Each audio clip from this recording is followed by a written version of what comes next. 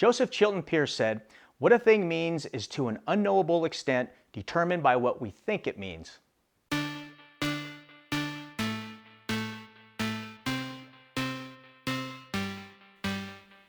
Welcome everyone to World Class Wednesdays. Today's lesson is champions know their brain's primary purpose.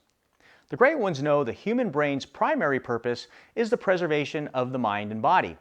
When an event occurs, the brain asks three questions. 1, what is it? 2, what does it mean? And 3, what do I do? The answers determine how the performer responds to any given situation. The secret that champions have discovered is that what an event means is all based on the subjective perception of the performer and is therefore subject to change. If you change the perception of the event, you automatically change the brain's response to it. It's all about the perception, sir. An example would be a salesperson facing rejection day in and day out. The middle-class thinker perceives this rejection to mean pain and suffering. The world-class perceives it as completely necessary to justify being paid a large salary and healthy commissions.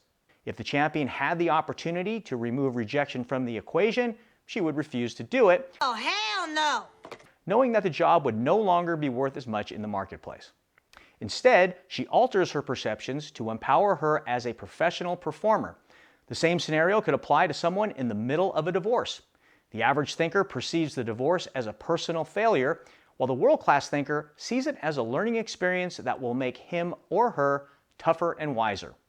Which performer is right? Both, because perception to an emotional creature is reality. Reality or perception? Perception works for me.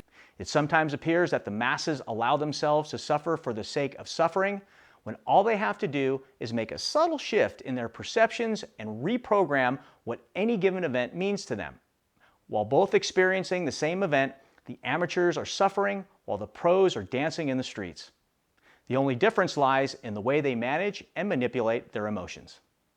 Your action step for today is to identify the 3 most important events that are currently happening in your life and ask this critical thinking question.